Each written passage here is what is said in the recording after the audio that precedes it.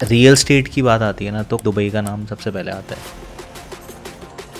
एक अलग पहचान बनाई है दुबई ने 15 से 20 सालों के अंदर में। मुंबई 6000 स्क्वायर किलोमीटर में सिटी है, दुबई 4000 स्क्वायर किलोमीटर में कंट्री है। मुंबई सिटी की पॉपुलेशन 2.25 करोड़ है, जबकि दुबई की कंट्री की पॉपुलेशन है वो 35 से 40 लाख। अगर समझो जयपुर में लैंड लेने जाओगे तो 1 एकड़ में कम से कम 50-7-12 निकलेगा। हिस्ट्री निकालो, 30 साल का सर्च निकालो, 60 साल का सर्च निकालो। दुबई लैंड का डॉक्यूमेंट सिंगल पेज का है, आप बिलीव कर सकते हो। Chandresh Vithlani sir, he is the president-elect NAR India. He is the immediate past president Area Group Mumbai. Mr. Ashish Mehta sir, he is treasurer NAR India. He is the current president of Area Group Mumbai. Welcome on the Housing Card Show. Thank you so much. Convention होने वाला है मुंबई के अंदर में। कितना बड़ा convention होने जा रहा है सर? 1,00,000 स्क्वायर फीट एरिया है बैंक्वेट का। 1,00,000 स्क्वायर फीट कन्वेंशन हॉल है, जहाँ पे 2,500 लोग मिनिमम हम लोग टारगेट करें जो रजिस्ट्रेशन करके आएंगे। As of today, we have already registered roughly around 1,200 realtors wow, in that convention. काफ़ी टाइम बाद मुंबई आने का मौका मिला था। पवाई पूरा कम्प्लीटली चेंज्ड और जो infrastructure it was stunning. Infrastructure जो आज डेवलप हो रहा है ना मुंबई में, वो कुछ अनदर लेवल पे चल रहा है। जो सबसे ज्यादा डेवलप हो रहा है, which is called Bandra Kurla complex. Name of the bank is there in BKC, name the MNC is there in BKC, name the listed developer of India is there in BKC. Real estate की जब बात आती है तो of course Singapore, Malaysia, जितनी भी shipping और cargo companies है, सबका हेड ऑफिस एचओ या ब्रांच ऑफिस सिंगापुर में। वहाँ पे एम्प्लॉयमेंट आएगा, फिर ऑफिस है आपका तो स्टाफ आएगा, फिर रेसिडेंशियल घर तो अपना बिकेगा। कितनी मेहनत लगती है कन्वेंशन को कराने में? आपने दुखती नस पे हाथ रख दिया।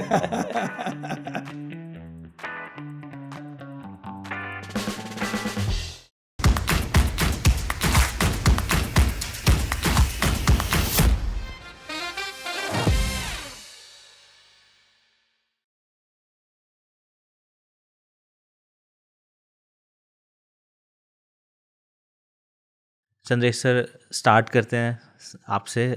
जर्नी के बारे में कुछ, आपके बारे में, the brand that you own, you run, उसके बारे में कुछ बताइए। तो मैं 1993 में राजकोट में रहता था, जब भी मेरे डैडी एक्सपायर हो गए।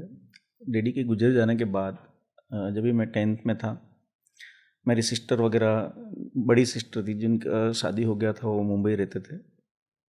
भांजे का बर्थ हुआ था, तो मैं, बोलते ना लड्डू लेके जाते हैं, तो वैसा गया था। कपड़े भी नहीं लेके गया था, खाली देखने, मुंह देखने गया था। तो जीजा जी वगैरह ने बोला कि भाई हम लोग मुंबई जा रहे हैं, तो थोड़े दिन यहाँ ऑफिस का ध्यान रख, वापस आऊँगा उसके बाद तू चले जाना। तो गुजरात गए, राजकोट गए, सब वाइंड अप करके आगे बोले अभी तू इधर ही रहेगा, कहीं नहीं जा रहा है। तो वहाँ मेरा मतलब एज, मतलब 17 ईयर की एज में, मतलब मैं समझो कि मुंबई में पढ़ाई भी करूं और साथ में जॉब करूं। तो फर्स्ट जॉब मेरा सागर डेवलपर करके थे, जहां पे मैंने एज ए अकाउंटेंट, जब भी तो कंप्यूटर भी नहीं होते थे, मैनुअल अकाउंट लिखते थे, तो फर्स्ट जॉब मैंने वहां पे स्टार्ट किया 1994 में। उसके बाद समझो अकाउंट से लेके फिर रियल एस्टेट और ऐसे जर्नी स्टार्ट किया। तो 30 साल पहले की जर्नी थी, जब ट्रेडिशनल मार्केट था, जब भी वॉक इन आते थे, 2 साइड पे 2 जन बैठते थे, कोई आया तो प्लेट दिखाते थे, वैसा जर्नी होता था। और क्वांटम, जब तक बिल्डिंग बन जाता, ओसी आ जाता, उसके भी 1-2 साल तक माल बिकता रहता था। वहाँ से स्टार्ट करके समझो आज मुंबई में जब लॉकडाउन आया, हमने कंपनी फॉर्म किया था पैलेडियन पार्टनर करके, जो मेरा अभी कंपनी जो हम ओन करते हैं, 3 पार्टनर हैं। तो अलग अलग समझो दोस्त थे, 20 साल से धंधा करते थे मुंबई में साथ में, मतलब कहीं उनके पास प्रोजेक्ट आता, मेरे पास प्रोजेक्ट आता था, तो कॉरपोरेट लुक देने के लिए हमने कंपनी फॉर्म किया पैलेडियन। और 5 साल में ऑलमोस्ट समझो 10,000 करोड़ का हमने टर्नओवर किया है। तो जो भी प्रोजेक्ट हम लॉन्च करते हैं, 225+ की टीम है। तो 5,000 रुपये का फर्स्ट जॉब था, वहाँ से आज समझो ये मतलब टर्नओवर तक बिजनेस को लेके गए हैं। तो मतलब ट्रेडिशनल से कुछ ना कुछ आपको एडिशनल सीखना ही पड़ेगा। नया स्ट्रेटेजी कैसे वर्क होता है, नया लॉन्च करना है तो प्री सेल्स कैसे होता है, टेलीकॉलिंग कैसे होता है, डिजिटल मार्केटिंग कैसे होता है। तो ये सारा कि भाई लास्ट कोई प्रोजेक्ट कोई एरिया में आप लेके जा रहे हो, तो उसका स्टडी भी हम 6 क्वार्टर लास्ट में जाते हैं रिवर्स में, कि भाई वहाँ पे IGR से डेटा निकालते हैं कि भाई ये लोकेशन है, तो वहाँ पे 3 किलोमीटर में कितने रेरा रजिस्टर प्रोजेक्ट है, उनके प्लानिंग क्या है, क्या प्लान वो बिठा रहे हैं। हमको अगर मार्केट में डायरेक्ट जा रहे हैं तो डायरेक्ट कंपटीशन होगा, तो हमको क्या प्लानिंग बिठाना चाहिए। तो वहाँ से हम जुड़ते हैं और समझो कैसे लॉन्च करना चाहिए, जो डिफरेंट प्लानिंग अपना है, पेमेंट शेड्यूल डिफरेंट लेके जाना है, और लॉन्च के 1 महीना 2 महीने में हम पूरा माल सोल्ड आउट करके निकलते हैं। आई तो थिंक इतना फर्क सर है। जो गुजरात के ब्लड में ही कुछ है ना बिजनेस है। मैं सर बोल रहे थे, मैं सिर्फ सर को सुन रहा हूँ कि वो किस तरीके से लाइक ये सर एक्चुअली जो आपने तो बहुत ही इसको सिंपल वे में लैंग्वेज में बता दिया, बट काफ़ी सारे जो लोग हैं उनको ये बात डाइजेस्ट नहीं हो पाती कि आप किस तरीके से काम कर रहे हैं। बिकॉज देखिए मेहनत आपको पता है आपने क्या करी है ना। अब इतने लोग जो सुन रहे हैं वो कुछ ना कुछ तो राज सर आपका आज जानना चाहेंगे। तो राज में ऐसा है कि जब मुंबई में काफ़ी सारी मैंडेट कंपनियां से लेकिन हमने कुछ डिफरेंट तरीके से लेके गए कि भाई काम करना है तो ग्राउंड वर्क पे पहले फोकस करना है। तो जैसा मैंने बताया कि लॉन्च के पहले का जो प्री वर्क होता है, प्लानिंग स्टेज से जुड़ते हैं, फिर परमिशन आता है, 1-2 महीना IODCC और प्रोजेक्ट को लॉन्च करने का स्टेज आता है। उसके अलावा कोई भी प्रोजेक्ट हम लॉन्च करते हैं तो उसमें 15 से 20 जन का टीम हमारा लगता है साइट पे। तो 1 महीना 2 महीने में कैसे बिकता है उसका मैं आपको एग्जांपल देने जा रहा हूँ कि मुंबई जैसा मेट्रो सिटी है तो वहाँ पे महाराष्ट्र का आप पकड़ोगे तो 45 से 48,000 रेरा रजिस्टर्ड ब्रोकर है। लेकिन रेरा को छोड़ दो तो 1,00,000-1.5 लाख तो मुंबई में ही मिल जाएंगे। तो हम अगर अंधेरी में प्रोजेक्ट है तो हम दहीसर से चालू करते हैं कि भाई 15-20 लोग जो स्टाफ हमारे हैं तो वो क्या करते हैं कि भाई आज से 0 डेट पे हमने टर्म शीट साइन किया तो वो सोर्सिंग करते हैं। तो सोर्सिंग क्या होता है कि एक बंदा घर से निकलेगा, दिन में 15 ब्रोकर को मिलेगा, फिर बारिश हो, धूप हो, ठंड हो, कुछ भी हो, कोई एक्सक्यूज़ नहीं, 15 ब्रोकर को मिलके फिर वो घर पे जा सकता है। वैसे 20 जन की टीम है, दिन में 15 आदमी को मिलेंगे तो एक दिन का टोटल मारोगे तो 300 लोगों को प्रैक्टिकल ब्रोकर को टच बेस करते हैं। हमारा B2B प्लेटफॉर्म है तो 300 ब्रोकर को दिन में मिलना है, ये 20 जन को। तो सबको अलग अलग एरिया दिया है, एक को कांदिवली ईस्ट वेस्ट दिया है, एक को बोरीवली दिया है, एक को मलाड, गोरेगांव, अंधेरी से लेकर चर्चगेट तक जितने भी ब्रोकर है जिनकी ऑफिस है वहाँ पे इनको पर्सनली जाना है। तो टोटल हम 30 दिन तक सोर्सिंग करते हैं तो 300 × 30 तो 9,000 ब्रोकर को प्रैक्टिकली टच बेस करते हैं कि जिनको मालूम होगा कि हाँ ऐसा ऐसा कोई प्रोजेक्ट लॉन्च आ रहा है। उसके बाद जब CP मीट होता है 1 महीने के बाद, तो CP मीट में हम टारगेट करते हैं कि भाई अंधेरी प्रोजेक्ट है तो चर्चगेट वाले को या दहीसर वाले को इंटरेस्ट नहीं आएगा, तो प्रैक्टिकली 9,000 में से 10 से 15% लोग ही साइट पे आएंगे। तो 1,000 लोग आ गए समझो, 15% पकड़ोगे तो 1350, लेकिन वो भी प्रैक्टिकल नहीं होता। तो 1,000 ब्रोकर दिन मतलब CP मीट के टाइम पे आए, उसमें से जो 1,300 या जो भी लोग 1,000 लोग आए उसमें से भी 10% लोग होंगे जिनको वो माइक्रो मार्केट में काम करने का इंटरेस्ट होगा। तो पहले से ही उसको मालूम होगा स्ट्रेटेजी क्या आएगा, भाव क्या खुलेगा, तो 1-1, 2-2 चेक पहले दिन से हमारे पास आ जाता है। तो लॉन्च करते हैं तो लॉन्च के मतलब 1 महीना 2 महीने में हम सोल्ड आउट करके निकलते हैं। इसके पीछे का जो स्ट्रेस है ना, आपको लगता है कि भाई लॉन्च कर लिया और महीने में हो गया, लेकिन उसका प्रिपरेशन जो होता है वो 3 महीने पहले से स्टार्ट होता है और 2 महीना बाद में। तो टीम को जो फोकस और मेहनत होता है, ग्राउंड वर्क बहुत हार्ड करना पड़ता है। आशीष सर, लाइफ किस तरीके से शेप लेती है जब लाइक एज अ रियलिटर, जब आप इतना एक्सपीरियंस के साथ में जब वर्किंग करते हैं? सो हर रियल्टर की ना कोई जर्नी होती है। जैसे चंदेश में अपनी जर्नी शेयर की, सेम ऐसा है कि मैं एक बहुत ही छोटे फैमिली से था, बहुत छोटे। सो 2002 में जब मैं मेरे SYJC 12th स्टैंडर्ड में था, तब मैंने मेरा फर्स्ट जॉब स्टार्ट किया एज डेवलपर के यहाँ पे as a sales executive at the salary of 4,200 rupees. And then I worked for 11 years for the same company. So 11 years for the same company. First and last job. 2002 में sales executive join किया and when I left the company I was vice president of the company. And then 2011 दिसंबर में मैंने छोड़ा, 2012 जनवरी में मैंने अपने खुद का कंपनी स्टार्ट किया, elegance realty private limited. And then the journey started. So एक तरफ था कि मैं चेयर की ये तरफ था पहले, क्योंकि डेवलपर के यहाँ पे जॉब करता था तो मैं रियल्टर को मिलता था, उनसे डील करता था। देन मैं other side of the chair आ गया क्योंकि मैं खुद एक रियल्टर बन गया और मैं डेवलपर के यहाँ पे जाने लग गया। सो दोनों रोल अलग थे, बट हाँ एक जर्नी जो रही है, एक 4,200 रुपये की सैलरी से लेके आज तक की journey. So that is a long journey and I don't know this industry में ना एक वो वाइब है या एक पॉजिटिविटी है कि अगर आप सही तरीके से चलोगे तो आप the sky is the limit और आप पहुंच सकते हो जहाँ आपको पहुंचना नहीं सोचा वहाँ भी पहुंच सकते हो। मैंने शायद से 2002 में नहीं सोचा था कि मैं 4,000 रुपये से ये स्टेज पे कभी पहुंच पाऊंगा। मतलब वो थॉट भी नहीं था कभी जब मैंने सेल्स सर्विस जॉब ज्वाइन किया था, बट आज वो मुकाम पे पहुंचना, सो हर रियल्टर कहीं ना कहीं ये मुकाम पे पहुंच सकता है अगर वो एक ढंग से, एक फेथफुल, एक ट्रस्ट और एक सही नीति से काम करे तो ज़रूर पहुंच सकता है। सर जैसे आप प्रेजेंट इलेक्ट हैं फॉर NAR इंडिया नाउ, सो क्या रूल्स होते हैं प्रेजेंट इलेक्ट के, क्या करते हैं प्रेजेंट इलेक्ट? तो रोल और जर्नी स्पेसिफिक पोस्ट का नहीं होता है जनरली। यहाँ पे जैसा आप देखोगे तो 80 समथिंग मतलब लोग आए हैं, तो 40 एसोसिएशन जो डिफरेंट सिटी से जो बिलोंग्स करते हैं NAR को, उसमें 2-2 रिप्रेजेंटेटिव आते हैं। तो वो 80 जन का GB मतलब गवर्निंग बॉडी मीटिंग होता है हमारा, एवरी क्वार्टर डिफरेंट सिटी में होता है। जो होस्ट आज मतलब RRA होस्ट कर रहा है जयपुर, नेक्स्ट समझो GB हमारा गुवाहाटी में है। तो ये जो कमेटी होती है, गवर्निंग बॉडी होती है, उसमें से समझो इलेक्शन होता है। वहाँ पे कोई समझो CSR चेयरमैन, कोई पोर्टफोलियो, सब अलग अलग सबको देते हैं।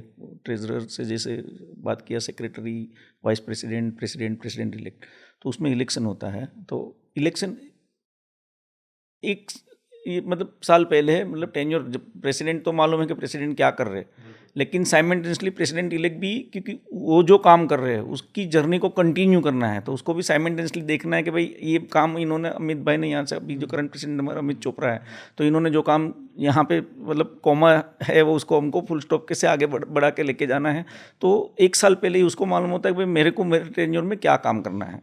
तो सेम समझो भी वाइस प्रेसिडेंट है, तो वाइस प्रेसिडेंट को भी करंट 4 वाइस प्रेसिडेंट है, तो उसको भी मालूम है कि भाई इसके बाद मेरा नंबर आ सकता है, या समझो इलेक्शन होगा तो उसमें इसका नंबर आ सकता है। तो वो मेंटली प्रिपेयर होते हैं कि भाई ये वर्क हो रहा है और ये काम हो रहा है, CSR हो रहा है। जैसा अभी समझो मैजिक ब्रिक के अगेंस्ट हमने समझो फाइट हमारा चल रहा था, उसको भी हमने अच्छे से सेटल किया। सेंट्रल रेरा में भी एक इवेंट था जहाँ पे 18% जो GST अभी लग रहा है, प्लस समझो कि 15A का क्लोज जो NAR लेके आया। तो ये सारे इनिशिएटिव है जो एक इंडिविजुअल एसोसिएशन या इंडिविजुअल आदमी नहीं कर सकता है, लेकिन नेशनल बॉडी अगर जमा हो जिसमें लोग हैं, क्वांटम है, तो उसको हम एक वॉइस गवर्नमेंट तक पहुंचा सकते हैं। तो ये NAR इंडिया काम करता है। तो प्रेसिडेंट इलेक्ट समझो भी नेक्स्ट ईयर, समझो अमित भाई का मार्च में उनका टेन्योर खत्म होगा और मैं चार्ज लूँगा तो एज ए प्रेसिडेंट। फ्यूचर का क्वेश्चन सर एक इसी प्लेटफॉर्म पे आज मैं पूछना चाहूँगा दैट सबसे पहला change as a president when you will take the charge, you will be on the seat, क्या होगा? हर प्रेसिडेंट की एक ख्वाहिश और विश लिस्ट होती है, तो काफ़ी सारी चीज़ हम सोच के आते हैं कि ये करूँगा, ये करूँगा, ये करूँगा। टाइम और टीम उनका सपोर्ट होना चाहिए, क्योंकि आज ऐसा है कि मुंबई जहाँ पे मेट्रो सिटी हम बात कर रहे हैं, तो वहाँ पे काफ़ी सारी चीज़ हम इनिशिएटिव ले रहे हैं कि भाई मैं और आशीष एरिया ग्रुप में भी हम मतलब काफ़ी साल से साथ में है, और NAR में भी साथ में ही काम कर रहे हैं कि आगे पीछे एक साल ही हम लोग आगे पीछे ही चल रहे हैं। तो आज कन्वेंशन के बाद जो हमारा इनिशिएटिव होगा कि भाई हमारी कमेटी आएगी, तो पहले तो कोई भी बिजनेस, मतलब समझो ये संस्था है, सोशल काम हम कर रहे हैं, लेकिन उसको बिजनेस के तौर पे रेवेन्यू जनरेशन मतलब जनरेट कैसे करें। तो कोई भी संस्था चलानी है या कंपनी चलानी है तो मेन पार्ट होता है रेवेन्यू। तो उसको हम टायर 2 टायर 3 सिटी में नॉर्मल जो मेंबर है, छोटे मेंबर है, उनको भी बिजनेस कैसे मिले। जैसे जयपुर की बात करो तो यहाँ पे भी मॉल्स अपकमिंग सिटी है, कमर्शियल रिटेल काफ़ी बूम है, जहाँ पे लीजिंग के काम कर रहे हैं, लेकिन लोगों को मालूम नहीं है कि भाई मैं ये मुझे रेंट पे देना है तो किसको जाके मिलना है। तो हम वो अपॉर्चुनिटी खड़ी कर रहे हैं कि भाई वो रिटेलर जितने भी थे, आज एक ही कंपनी थी जो इंडिया में मैपिक इंडिया करके जो रिटेलर का शो करती थी, जहाँ पे वो 45,000 रजिस्ट्रेशन चार्ज लेते थे, हम 10,000 में रजिस्ट्रेशन चार्ज ले रहे हैं। और वो सारे जो रिटेलर है उनको 1-to-1 मतलब अपॉर्चुनिटी क्रिएट कर रहे हैं मेंबर के लिए, कि जो मेंबर आ रहा है वो समझो डायरेक्ट वो नेशनल हेड को मिल सकता है। हर एक ब्रांड के ओनर, या समझो बड़ी पोस्ट है जो जोनल हेड है, नेशनल हेड है, अभी समझो नॉर्थ में आता है, या समझो ये जोन जो भी है, तो उनका जोनल हेड भी उसको मालूम है कि मुझे इनको कनेक्ट करना है, तो मेरी प्रॉपर्टी को मैं लीज पे चढ़ा सकता हूँ या बात कर सकता हूँ। तो ये अब तक इनिशिएटिव नहीं था। तो ये रेवेन्यू जनरेशन के भाई CSR कर रहे हैं, काम कर रहे हैं, बिजनेस अपॉर्चुनिटी भी आ रही है, लेकिन मैक्सिमम जो लोग अपने मेंबर है उसको हाईएस्ट धंधा कहाँ से रेवेन्यू जनरेट होए, और नेटवर्किंग अपॉर्चुनिटी। जैसा समझो कन्वेंशन अभी मुंबई में होने जा रहा है, तो आप बिलीव करोगे कि 850 लोग जो NAR से ऑलरेडी रजिस्ट्रेशन कर चुके हैं, मतलब मुंबई वाले नहीं, बाहर सिटी से, तो ये सारे वहाँ पे कन्वेंशन का पार्ट बनने आ रहे हैं। तो उनको मालूम है कि वहाँ से कुछ ना कुछ तो हमको पैनलिस्ट या समझो बिजनेस अपॉर्चुनिटी मिलेगा। तो ये रेवेन्यू जनरेशन जो NAR के लिए भी होगा और मेंबर को भी बिजनेस मिलेगा। तो ये हमारा ये टेन्योर में मेन फोकस एरिया ये रहेगा। सो जो कन्वेंशन होने वाला है मुंबई के अंदर में, उसके बारे में बात करते हैं कुछ, कि जैसे अभी सर ने इनिशिएट करी दिया तो मैंने कहा प्रॉपर डिटेलिंग हो जाए।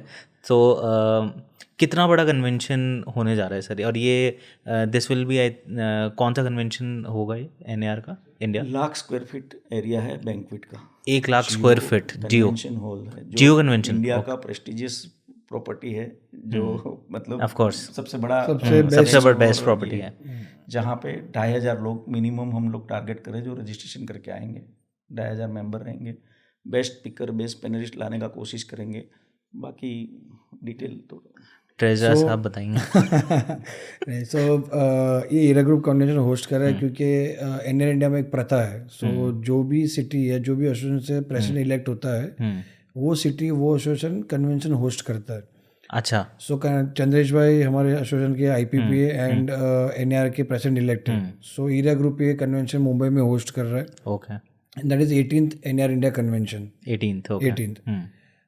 इसके पहले भी एरिया ग्रुप होस्ट कर चुका है 2016 में भी एंड 2011 17 एंड 17 एंड 14 14 नहीं 12 ने 12 हाँ 12 और 17 में मुंबई एरिया ग्रुप होस्ट कर चुका है नेशनल कन्वेंशन, और ये तीसरी बार होस्ट करने जा रहा है। सो कन्वेंशन होस्ट करना एक बहुत बड़ी जिम्मेदारी है, बिकॉज एक बहुत बड़े स्केल पे होता है। उसका जो ओवरऑल लुक एंड फील, उसकी जो एक्सपेंसेस होती है काफ़ी ह्यूज होती है। जैसे चंद्रेश ने बताया कि हम अराउंड 2,500 लोग, we are targeting 2,500 people, out of which we have as of today we have already registered रफली around 1,200 realtors in that convention. So हम आज कन्वेंशन से 6 महीना दूर है, फिर भी हमने 1,200 लोग आज प्रेजेंट रजिस्टर कर चुके हैं। सबसे हमने 10,000 प्लस GST चार्ज लिया हुआ है कन्वेंशन अटेंड करने का, जो हमने भी बढ़ा के 12,000 प्लस GST कर दिया। एंड जैसे जैसे टाइम आगे जाता जाएगा ये प्राइस और बढ़ते जाएगा। हमारा टारगेट है रफली अराउंड 2,500 ऑड रियल्टर्स ये कन्वेंशन के लिए। डेट वाइज देखेंगे तो हर कन्वेंशन के पहले 2 दिन हमारी गवर्निंग बॉडी मीटिंग होती है। यहाँ पे हो रही है, आज हो रही है, वैसे गवर्निंग बॉडी मीटिंग होती है। सो वो है 21st एंड 22nd को मुंबई में ही Jio convention centre, and then 20th और 24th को हमारा कन्वेंशन है। कन्वेंशन जनरली मॉर्निंग 9 AM से शुरू होता है, and first day different panels होते हैं, स्पीकर्स होते हैं, एंड पैनल डिस्कशंस होता है। Then it ends in the evening, and second again starts at 9 AM and again ends at by high tea at 5 PM, then वो wind up होता है। सो ये कन्वेंशन का जनरल फॉर्मेट होता है। सो ये बार हमारी कोशिश है, जैसे चंद्रजा ने मेंशन किया, हम बहुत सारे रिटेलर्स को बुला रहे हैं कि मेंबर्स को बिजनेस अपॉर्चुनिटी मिले। Apart from them we want कि आज लोग ये कन्वेंशन अटेंड करने आ रहे हैं तो कुछ नया लेके जाए। सो हमने जय किशोरी जी, एक जो वेल नोन मोटिवेशनल स्पीकर, उनको बुलाया हुआ है। We are also trying very well known and renowned speaker from different parts of India to be part of this convention. जैसे हमने लास्ट ईयर हमारा सिटी कॉन्फ्रेंस किया था, एरिया ग्रुप था, वहाँ पे Ashutosh Rana ji was one of the speaker, Anupam के ji one of the speaker. So ऐसे हम अच्छे नए स्पीकर्स बुलाते रहते, they are wonderful speaker. So हम ऐसे कोशिश करते हैं कि हम नए स्पीकर्स बुलाए, एंड लोग जो आ रहे कन्वेंशन तो कुछ ना कुछ लेके जाए, क्योंकि आज कोई ट्रैवल करके आ रहा है। आज जैसे NAR इंडिया से जो रजिस्ट्रेशन हुआ है वो करीब रफली अराउंड 900 लोगों का रजिस्ट्रेशन हुआ है from different parts of India. So 900 लोग ट्रैवल करके मुंबई आएंगे खाली कन्वेंशन अटेंड करने। हर इंसान जो आएगा वो रजिस्ट्रेशन करवाएगा, होटल का स्टे करेगा, फ्लाइट का एयर टिकट करेगा, तो रफली अराउंड 1 लाख रुपया खर्चा करके आएगा कन्वेंशन अटेंड करने। तो आज इतना पैसा अगर कोई खर्चा करके आ रहा है तो they should get something in return, चाहे वो बिजनेस तरीके से मिले, चाहे कुछ मोटिवेशनल मिले, या चाहे कुछ एजुकेशनल मिले, कुछ ना कुछ कोई घर वापस लेके जाओ, हमारा एम होता है। कितना डिफरेंट होने वाला है सर, बिकॉज ऑलरेडी जिस तरीके से आप बता रहे हो, so I am really excited, but curiosity भी ज़्यादा बढ़ रही है अब, कि कुछ और जानने की इच्छा हो रही है कि क्या और नया होने वाला है। बिकॉज जो पास्ट कन्वेंशंस में हमने देखा है वो तो सब जानते हैं, बट ऑलरेडी आप भी बता चुके हैं, सर बता चुके हैं दैट कुछ पार्ट्स जो डिफरेंट होने वाले हैं, दैट वी अंडरस्टूड। और क्या टेक लेके जा सकते हैं जितने लोग वहाँ पे आ रहे होंगे इन द मुंबई कन्वेंशन? तो नॉर्मली कैसा है ना कि हर कन्वेंशन में इंडस्ट्री के जो टॉप लीडर है वही पैनलिस्ट करके आते हैं। हमने थोड़ा डिफरेंट करने का कोशिश किया कि भाई इंडस्ट्री को जो बिलोंग्स करते हैं वो तो है ही है, अपने NAR में ही है, उसके अलावा जो लोग जहाँ पे बिजनेस अपॉर्चुनिटी मिले, इसके अलावा नॉर्मली क्या होता है ना, रियल एस्टेट अगर पूछोगे तो कॉमन आदमी क्या बोलता है, रेंट पे फ्लैट लेना है या घर का परचेस करना है, ऑफिस भाड़े पे लेना है, खरीदना है, दुकान भाड़े पे लेना है, खरीदना है। तो इसके अलावा रियल एस्टेट लोग नहीं समझते, लेकिन रियल एस्टेट में 20 से 25 वर्टिकल है। इंफ्रा भी रियल एस्टेट में आता है, सीनियर सिटीजन जो लिविंग हो गया, को लिविंग, को वर्किंग, तो ये सारी जो वर्टिकल्स है, सर्विस अपार्टमेंट, वो भी समझो बिल्डिंग बना के रेंट पे देते हैं, तो बहुत सारे वर्टिकल है। तो अपकमिंग सिटी जहाँ पे है मुंबई, समझो ये सारी चीज़ें पॉसिबल नहीं, क्योंकि लैंड कॉस्ट इतनी हाई है कि वहाँ पे वो रेंटल हिल नहीं आता है और वो समझो बनाने को प्रवृत्ता नहीं। लेकिन अपकमिंग सिटी जितने हैं, छोटे सिटी है, टायर 2 टायर 3, वहाँ पे भी आईटी के लिए भी है, कोटा है, लोग पढ़ाई भी करते हैं। यहाँ पे भी आप आजू बाजू में देखोगे इतने स्टूडेंट्स है ये है जो पढ़ाई करके वापस आएंगे, तो उनको बेस भी बनाना है, या लोकल भी है तो उनको वहाँ पे opportunity in terms of accommodation, student housing जो अपन बात कर रहे हैं, सीनियर सिटीजन लिविंग, को वर्किंग, को मतलब जिनको स्टार्टअप करना है तो उनके लिए बिजनेस अपॉर्चुनिटी भी खड़ी हो रही है। तो उनको सीखने के लिए या समझने के लिए तो हम मेंबर को एजुकेट करते हैं कि भाई इसके अलावा भी काफ़ी सारे वर्टिकल है जिनको हम पेनलिस्ट करके लाते हैं। तो ये सारे वर्टिकल भी कि भाई नॉर्मल स्टूडेंट लिविंग कैसे होता है, या समझो यहाँ पे भी आप देखोगे मुंबई में हमारा तो मिठी बाई, NMIS, तो जितने भी रेसिडेंशियल बिल्डिंग में खाली फ्लैट्स है वो सब स्टूडेंट लिविंग में कन्वर्ट हो रहे हैं कि उसमें 2 जन 4 जन 5 जन। तो वो जो कंपनीज है उनको हम टायर 2 टायर 3 सिटी में जहाँ पे यूनिवर्सिटी बड़ी है तो वहाँ पे वो भी टारगेट कर रहे हैं, लेकिन लोगों को मालूम नहीं कि यहाँ से उसको कनेक्ट कैसे करें। तो हम वो अपॉर्चुनिटी क्रिएट करते हैं और मेंबर को कनेक्ट करवाते हैं। सो जो कन्वेंशन होने वाला है उसमें can we expect the political leadership of the state to be the part, because we have seen in the past conventions also कि वहाँ पे पॉलिटिकल लीडरशिप आई है, उन्होंने सपोर्ट किया है, और NAR इंडिया के लिए और सारे रियल्टर्स के लिए as of whole it is very important कि गवर्नमेंट रिकोगनाइज करे जो एफर्ट्स हैं प्रोफेशनल्स के, कि जहाँ पे हम उनको इतना रेवेन्यू जाता है रियल एस्टेट इंडस्ट्री से, सो इतना तो आई थिंक गवर्नमेंट का बनता है। सो लास्ट टाइम जैसे दिल्ली कन्वेंशन में, तो same way this time also he has given the verbal confirmation, we haven't got the written confirmation because event को आज 7-8 महीने दूर है, इसलिए महाराष्ट्र में कोई इवेंट है, मुंबई में है, so we already pitch this event to also pitching to our बहुत सारे IAS IPS ऑफिसर जो ब्यूरोक्रेट जो होते जो पॉलिसीज़ बनाते हैं उनको हमने इनवाइट किया हुआ है, महारेरा चेयरमैन उनको हमने इनवाइट किया हुआ है। सो बहुत सारे गवर्नमेंट एजेंसी से लोग ये कन्वेंशन ज़रूर आएंगे, और महाराष्ट्र में क्या पॉलिसीज़ बन रही है, अक्रॉस इंडिया क्या इंफ्रा नया डेवलप हो रहा है, वहाँ पे क्या पॉलिसीज़ बन रही है, वहाँ पे क्या नई चीज़ें कर सकते हैं इन टर्म्स ऑफ रजिस्टर, वहाँ पे बहुत सारी चीज़ें से डिस्कस होगी, और हम ये सब लोगों के प्लेटफॉर्म पे लाना चाहते हैं कि लोगों को पता चले कि आज इंडिया कहाँ ग्रो कर रहा है, इंडिया की डिफरेंट सिटीज़ कहाँ ग्रो कर रही है। महाराष्ट्र की बात करी तो रिसेंटली अभी हम लोग मुंबई एक ट्रिप पे थे ऑफिशियल, सो काफ़ी टाइम बाद मुंबई आने का मौका मिला था।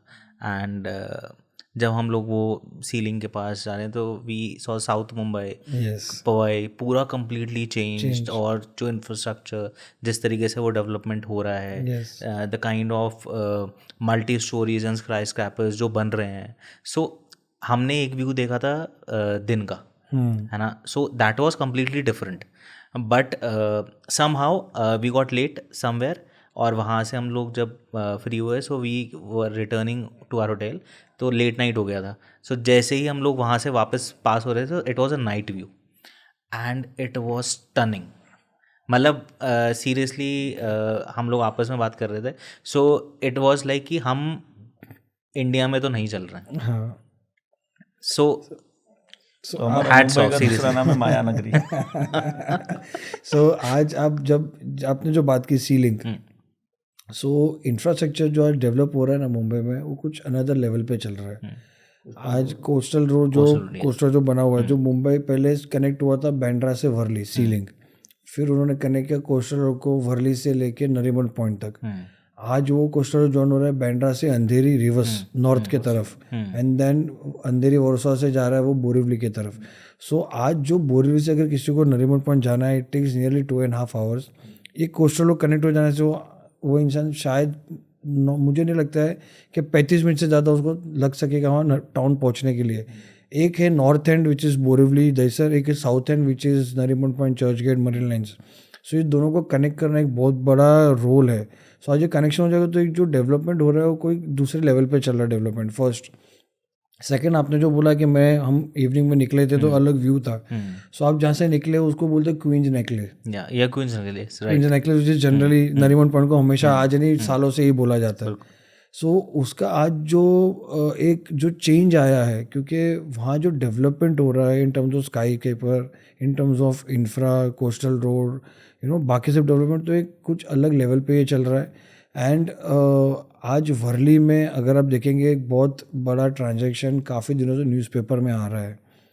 द पर square feet rate which is sold apartment is रफली अराउंड 2,60,000 पर स्क्वायर फीट। मतलब कौन सोच सकेगा वर्ली में 2,60,000 रुपया पर स्क्वायर फीट में कोई इंसान फ्लैट खरीदेगा। The transaction of that apartment is रफली around more than 300 crore rupees. एक बिल्डिंग में फ्लैट अपार्टमेंट की बात कर रहा हूँ मैं। सो आज मुंबई कैपिटल सिटी है, फाइनेंशियल हब है। सो जो तरीके से ट्रांजेक्शन्स हो रहे हैं और जो तरीके से कंपनी इतने MNCs, IT, financial banks, institution आ रहे हैं एंड सब एक बहुत बड़ा अपना अपना एक हाउस बना रहे हैं इन टर्म्स ऑफ पूरा फ्लोर लेते हैं, फ्लोर प्लेट लेते हैं, या कोई अपना एक बिल्डिंग लेता है, नाम देता है कि गूगल हाउस, अमेरिकन बैंक है जिसने एक पूरा बिल्डिंग लिया हुआ है। सो ऐसी बहुत सारी चीज़ें वहाँ पे डेवलप हो रही है। एंड BKC जो सबसे ज़्यादा डेवलप हो रहा है, which is called Bandra Kurla complex, जो आज एक बहुत बड़ा एक फाइनेंशियल हब बन चुका है, क्योंकि name of the bank is there in BKC, name the MNC is there in BKC, name the registered developer of India is there in BKC, name the developer of different parts of world जैसे Dubai, Hong Kong, Singapore, वो developer भी आज BKC में मौजूद है। So BKC that's all. So now she is mentioning, बात करते करते BKC में एक बिल्डिंग है, 1 BKC जिनका भी ऑफिस है। अच्छा, वहाँ पे आज ऑफिस बिका है 1.5 लाख रुपया पर square feet. I mean what are we talking about and where it's going.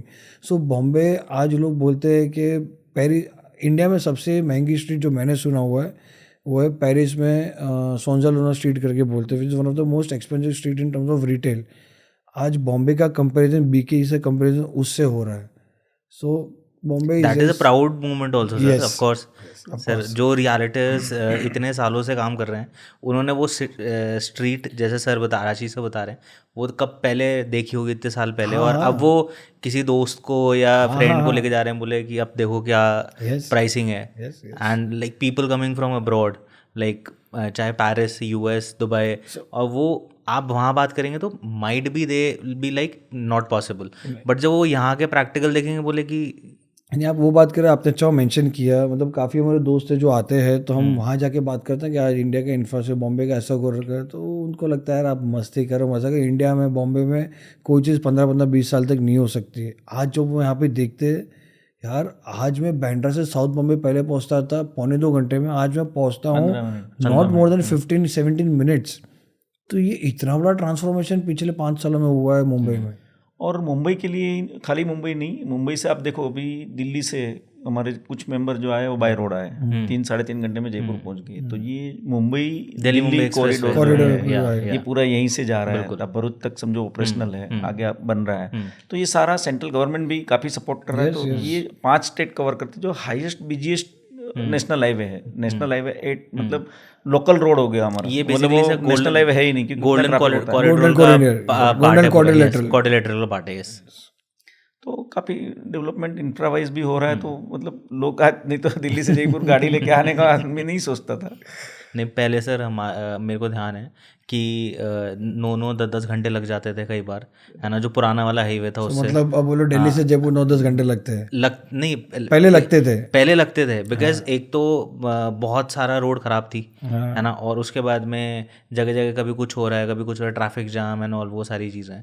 और अब जब एक्सप्रेसवे बन गया, आप अभी जस्ट आई वाज टॉकिंग, वो बोल रहे हम 3.5 घंटे में पहुंचे। मैं तरुण सर से अभी जस्ट थोड़ी देर पहले बात कर रहा था। वो बोले कि मैं देख 7:10 पे निकला था, है ना, और बोले मैं यहाँ पे 11 बजे पहुँच गया, ठीक है, और बोले मेरे को मन भी नहीं हो कि मैं कहीं बीच में गाड़ी रोकूं या कुछ, इतनी बढ़िया रोड चल रही है, आराम से हम चल रहे हैं, कोई दिक्कत नहीं है. So hats off to the government Yes, that yes, they're they doing are a good job. at least making efforts to Yes, yes. improvise the infrastructure. Entire country में जो चल रहा है एक पूरा जो पूरा मोमेंटम चल रहा है, so it's really amazing. ऐसा लग्जरी का बात कर रहा था आशीष के 2.5 लाख रुपए में समझो फ्लैट बिका. तो हर सिटी का डेफिनेशन टायर 2 टायर 3 सिटी और मेट्रो सिटी का भी कंपेयर करोगे ना, तो समझो गुड़गांव नोएडा हम सुनते हैं.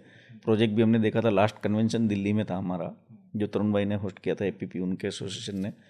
तो मैक्स की हमने साइट पे विजिट किया था, तो मतलब कॉकटेल पार्टी मैक्स की साइट पे था. तो वहाँ पे एक्सपीरियंस सेंटर हमने देखा कि भाई 2 एकड़ का ओपन लोन है, प्लस समझो एक्सपीरियंस सेंटर इतना बड़ा बनाया था.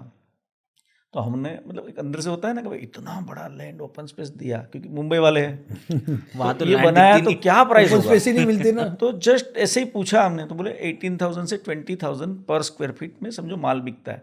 तो हम डिस्कस कर रहे थे कि हमारे यहाँ पे जो आउटस्कट मुंबई के बाहर है जो दहीसर है, वहाँ पे भी 20,000 में माल नहीं मिलता है. तो यहाँ पे ये लग्जरी, मतलब लग्जरी का डेफिनेशन बता रहा हूँ. exactly. और जो 2.5 लाख रुपए पर स्क्वायर फीट में मुंबई में माल बिक रहा है, वो 20,000 या 30,000 स्क्वायर फीट का प्लॉट, मतलब आधा एकड़ में समझो वर्टिकल टावर बना है.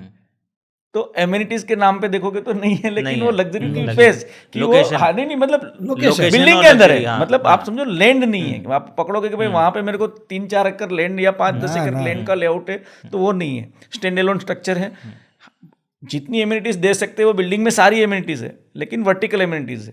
There is no Open space ground नहीं, level, ground there is level, no yes, lawn, yes. there is nothing, no podium. जैसे उन्होंने बताया वर्टिकल में हर चीज है, वो तो रूफ्स spread ऑफ across में आर्टिफिशियल कहीं आप नहीं, टर्फ बस करके that's वो what. करो, that's it, that you can That's do. what. हाँ, और इंडोर गेम्स और मे बी समथिंग. बट उसका लोकेशन ऐसा it is in the heart of Worli. अब विंडो खोलो तो चारों तरफ खाली सी व्यू दिख रहा है और कुछ नहीं, और लाइफ लॉन्ग कभी कुछ आना भी जाना नहीं. सो वो लोकेशन है, व्यू का और लोकेशन का पैसा है बस बस. कन्वेंशन के अंदर में हम लोग किन किन लोगों का पार्टिसिपेशन देख सकते हैं, like associates, consultants, realtors, developers, investors, और any international delegates that we can see also? Definitely. See आज जैसे बोलो तो ये जैसे इन्होंने बताया, ये ज़्यादा करके it is a B2B platform. So यहाँ पे इन्वेस्टर्स नहीं होते, but yes other than investor anybody who is affiliated to real estate are there in this convention. जैसे रियल्टर्स हो गए, because that's the major part of this convention. Developer the second largest part of this convention, because developer और realtor दोनों always hand to hand चलते हैं. Then financial institutions, retailers as he mentioned, जैसे Tata, Birla, Reliance, सबके CEO, HODs आ रहे, so retailers are there. Then you have lot of co-living, co-working के बंदे जो कर रहे हो. रीट्स वाले जो आज रीट्स बहुत चल रही, तो वो आ रहे हैं. So then government liaisoning, IAS IPS, and वहाँ से लोग आ रहे हैं. आर्किटेक्ट, इंटीरियर डिजाइनर, एंड जैसे आपने मेंशन किया कि foreign delegates, so foreign delegates में ऐसा कि NAR India is affiliated to NAR US. So same way वहाँ से लोग आ रहे हैं रजिस्टर करके. So we are getting people from New York, we are getting from Chicago, from Houston, from Hong Kong, Malaysia, Singapore, UAE. So बहुत सारी countries है जहाँ से लोग पार्ट हो रहे हैं कन्वेंशन के लिए, और ऑलरेडी उन्होंने रजिस्ट्रेशन करना शुरू कर दिया है. 100+ डेलीगेट हम टारगेट कर रहे हैं कि फॉरेन डेलीगेट आएंगे. Foreign delegates 100+, that is a very huge number. Different parts हैं, एक ही कंट्री से नहीं है. हाँ, नहीं वो अच्छा भी है सर, बिकॉज वो that will be a very strong message that will be able to give to the people, not only the people बल्कि इन फैक्ट गवर्नमेंट ऑल्सो, कि हम we have support from all these countries. People are coming to us, they want to invest, they want to start something new, so eventually that will be a very good boost for NAR India as a whole. Sir जब real estate की बात आती है ना, तो कहीं ना कहीं दुबई का नाम सबसे पहले आता है हर किसी के माइंड में. एक अलग पहचान बनाई है दुबई ने पिछले 15 से 20 सालों के अंदर में, और एक बहुत पॉजिटिव पहचान बनाई है.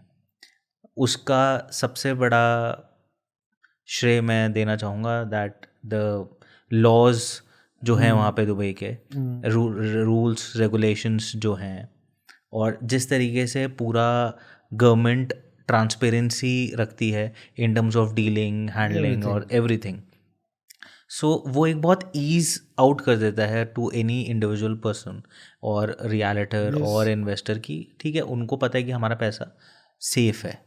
सो आपका क्या टेक है इस पे? लाइक चंदेश भाई बोले उसके लिए मैं बोलना चाहूँगा, इसलिए बोलना चाहूँगा कि एनआर इंडिया में आज वी आर रफली around more than 4,000 companies were part of NR India.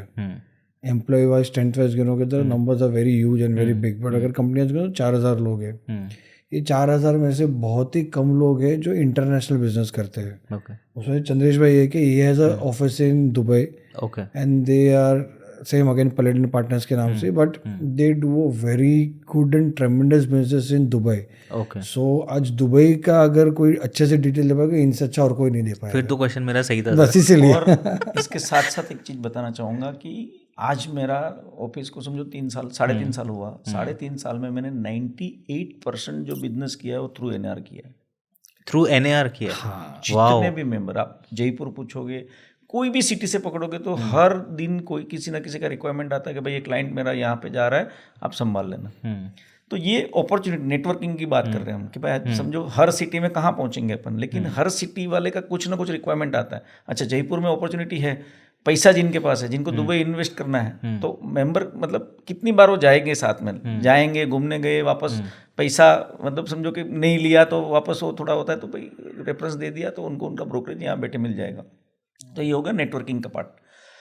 Dubai market का मैं थोड़ा 5 मिनट है ना अपने पास, डिटेल में समझाता हूं. सारा आप ही है. मुंबई का मैं एग्जांपल देना चाहूँगा कि मुंबई हम बोलते हैं कि फास्ट मार्केट है, जहाँ पे माल फास्ट बिकता है. मुंबई 6,000 स्क्वायर किलोमीटर में सिटी है, जिसमें MMR रीजन पूरा आ जाता है, जहाँ पे थाना और जो मुंबई, नवी मुंबई, वो सारा अगर हम कैलकुलेट करें तो 6,000 स्क्वायर किलोमीटर है. पालघर डिस्ट्रिक्ट भी आ गया, थाना डिस्ट्रिक्ट भी आ गया. दुबई 4,000 स्क्वायर किलोमीटर में कंट्री है. मुंबई सिटी की पॉपुलेशन 2.25 करोड़ है, जबकि दुबई की सिटी मतलब कंट्री की पॉपुलेशन है वो 35 से 40 लाख है. आज लोकल पॉपुलेशन पकड़ोगे तो 18% ही लोग हैं जो UAE को बिलोंग्स करते हैं, बाकी सब बाहर से आके बसे. 4,000 स्क्वायर किलोमीटर में आप समझो कि जितना भी डेवलपमेंट हो रहा है, आज दुबई के पास है क्या? Real estate. वर्ल्ड का सबसे बड़ा मॉल जो आज दुबई मॉल है, जो लीजेबल एरिया जो है वो 45 लाख स्क्वायर फीट है. 45 lakh square feet. Food court और ओपन स्पेस जो पकड़ रहा हूँ 60 lakh square feet. 60 lakh, Google कर लो. यहाँ पे 6 लाख फुट का मॉल बनाना है ना, तो लीज पे नहीं जाएगा. लाख फुट, बाकी 5 लाख फुट तो ऑफिस से बनेगी या भाड़े पे चढ़ेगी, मतलब ऑफिस या कमर्शियल रिटेल पे से जाएगा. तो ऐसा क्या है दुबई? खाली दुबई मॉल तो एक तो नहीं है, आप समझो बहुत सारे मॉल्स हैं दुबई में. अभी उससे भी बड़ा मॉल जो ला रहे हो 90 लाख स्क्वायर फीट में बना रहे हैं. तो क्या है दुबई कि मुंबई में, जैसा मैंने एग्जांपल दिया कि 6,000 स्क्वायर किलोमीटर में जो लोग रहते हैं, मुंबई वाला ही मुंबई में बाई करता है. यहाँ पे 190 नेशन टोटल है वर्ल्ड में, 190 कंट्री है, तो 180 नेशन जो दुबई के लिए बायर है. ये मैं मेरे हिसाब से नहीं बोल रहा हूँ, ये नंबर के हिसाब से बोल रहा हूँ. आप प्रॉपर्टी बाय करोगे तो आपको पासपोर्ट का कॉपी देना पड़ता है. तो दुबई का डेटा ये बोलता है कि 180 नेशन है जो दुबई के लिए बायर है. क्यों दुबई के लिए बायर है? अभी आपकी बात पे आता हूँ. जैसा आपने एग्जांपल दिया कि इन टर्म्स ऑफ अगर लैंड का डॉक्यूमेंट, अगर समझो जयपुर में लैंड लेने जाओगे तो 1 एकड़ में कम से कम 50-7 निकलेगा. किसी का इतना गुंठा है, कितना ये है, हिस्ट्री निकालो, 30 साल का सर्च निकालो, 60 साल का सर्च निकालो. जब भी आप कंक्लूजन पे आते हो कि भाई उसमें भी कुछ ना कुछ लिटिगेशन आ जाता है. तो दुबई लैंड का डॉक्यूमेंट सिंगल पेज का है. आप बिलीव कर सकते हो, 1 पेज एक डॉक्यूमेंट है जो लैंड का, जिसमें FSI बिकता है कि भाई इतना मलगा बिल्डिंग, इतना प्लेन स्ट्रक्चर और इतना हाइट आपको लेना है. तो वो गवर्नमेंट आपको जिस दिन लैंड बेचता है, क्योंकि ओनर गवर्नमेंट है, कोई हिस्ट्री सर्च करने की जरूरत नहीं है, उनकी लैंड है. और टाइटल के साथ, मतलब उसमें कंडीशन भी है कि आप आज लैंड ले रहे हो तो आप रख नहीं सकते हो, टू डेवलप उसको आपको डेवलप करना है, क्योंकि उतना माल आपको बनाना है. तो जिस दिन से आपने लैंड लिया उस दिन से आपका मीटर डाउन हो गया कि भाई आपको इतने टाइम में परमिशन लाना है और इतने टाइम में आपको बिल्डिंग को स्ट्रक्चर खड़ा करना है. उसके पीछे का पर्पस क्या है कि आज दुबई में लाइफस्टाइल पूछो, हर कंट्री का फ्लेवर, आप जो दाल बाटी खाना है मिलेगा, हम गुजराती जाएंगे बोले खांडवी ढोकला खाना है, थेपला खाना है तो मिल जाएगा। जो कंट्री वाला गया उसको अपना फ्लेवर, अपनी लैंग्वेज। जितने भी टैक्सी ड्राइवर है, इंडियन, बांग्लादेशी, पाकिस्तानी, ये सारे टैक्सी ड्राइवर है जो हिंदी बोलते हैं, वर्ल्ड का हर कंट्री का बंदा, मतलब जापानीज जाएगा तो उसको जापानीज फूड मिलेगा, जॉर्जियन को जॉर्जियन फूड मिलेगा, हर चाइनीज़ वाला तो उसको उसका कंट्री का फ्लेवर, उसके कंट्री के लोग मिलेंगे। तो ये जो अपॉर्चुनिटी दुबई में है, क्या समझो कि सिक्योर्ड कंट्री जिसको बोलते हैं। यहाँ पे अपने ज्वेलर्स का शोरूम खोलना है तो बेसमेंट ये वो, शाम को जाएगा बेचारा 1 घंटा तो बंद करने को लगता है, तो वहाँ पे कांच का दरवाजा रात में लॉक करके चला जाता है। गोल्ड सुक में आप जाओगे कि गोल्ड के ब्लाउज लटके हैं या बनाए हैं, तो समझो कांच का दरवाजा बंद करके चले जाते। तो जिसको क्राइम करना है वो दुबई सोच नहीं सकते। तो इन टर्म्स ऑफ सिक्योर के बाद समझो लेडीज है, अकेली 3-4 बजे भी निकली तो वहाँ पे कोई टेंशन नहीं है। बच्चे लोग आज समझो हम यूएस पढ़ाई के लिए भेजते हैं या समझो यूके भेजते हैं, तो गन कल्चर, ड्रग्स कल्चर, कि भाई माँ बाप को टेंशन होगा कि बच्चे को मैंने भेजा कौन सी संगत में लग जाएगा, ये लग जाएगा। तो दुबई में वो टेंशन नहीं कि पैसा दे के भी नहीं मिलेगा।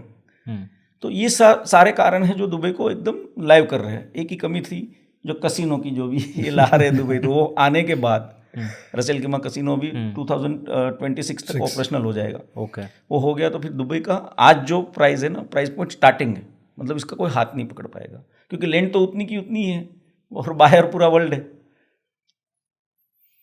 तो वहाँ जैसे मैं बताया, वहाँ आपको जो इंसान को अफोर्डेबल चाहिए अफोर्डेबल मिल जाता है, जो इनका उनको एक्सट्रीम लग्जरी चाहिए वो एक्सट्रीम लग्जरी भी मिल जाती है, जिसको सेफ्टी चाहिए सेफ्टी भी मिल जाता है, जिसको ऐसा है कि मुझे इजी एक्सेस चाहिए, हर चीज़ का इजी एक्सेस भी मिल जाता है। सो वहाँ आपको हर चीज़ एक नए तरीके से, एंड आप दुबई कभी भी जाओ, मतलब अगर आप हर क्वार्टर जाओगे तो हर क्वार्टर को दुबई में नया देखने मिलेगा।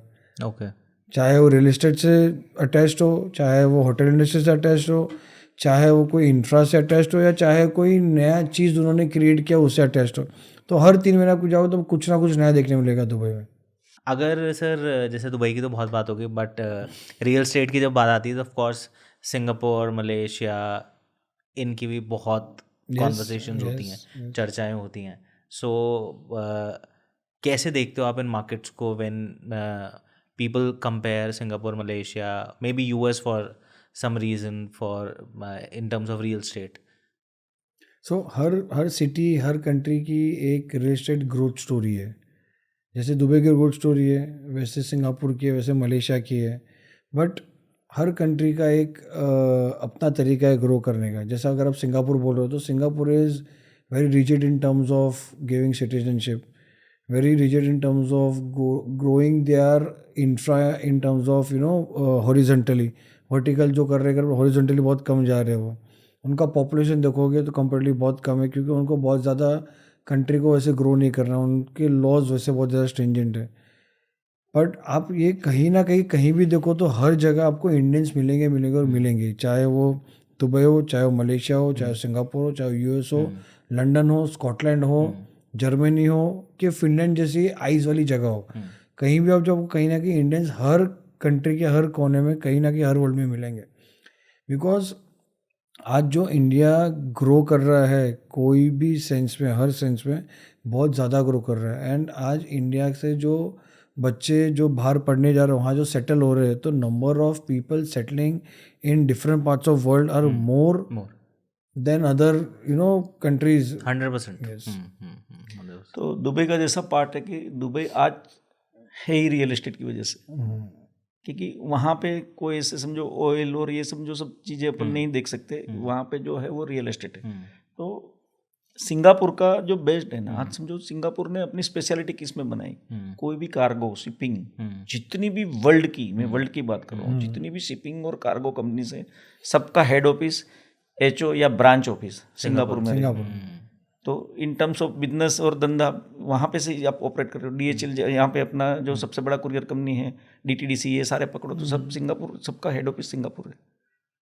तो एक वर्टिकल जो कार्गो शिपिंग और वर्ल्ड में क्रूज जो बेस्ट जो चलती है सिंगापुर, अमेरिका और ये बाकी सिंगापुर से ही स्टार्ट हो रहे हैं। अपने को तो नजदीक समझो किसी को जाना है, सिंगापुर पहले सबसे पहले क्रूज करता है इंसान। तो आदमी वो टर्मिनल वो अपना बेस्ट बनाया उन्होंने कि भाई आपको शिपिंग में या कार्गो में कुछ भी काम करना है तो फर्स्ट आपको वहाँ पे ब्रांच ऑफिस या एचओ खोलना ही है।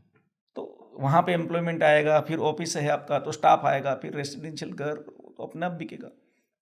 सर जैसे कन्वेंशन की हम लोग जब बात तभी कर रहे थे, हाँ। सो एक चीज़ मेरे को जाननी भी है दैट बहुत सारे लोग अप्रिशिएट तो करते हैं कि कन्वेंशन हो रहा है एंड कन्वेंशन बहुत अच्छा हुआ, ये आपने बहुत अच्छा किया, बट मुझे चीज़ जो जाननी है आप लोगों से वो ये है कि कितनी मेहनत लगती है कन्वेंशन को कराने में, और उसके बाद में बहुत सारी चीज़ें सुनने को भी मिलती हैं, है ना। कितना बड़ा दिल चाहिए होता है ना, कि आप उस चीज़ को मैनेज आपने दुखती नस पे हाथ रख दिया। सो ऐसा है कि आज हम वो इसलिए सर, सॉरी मैं इंटरप्ट कर रहा हूँ, वो इसलिए बिकॉज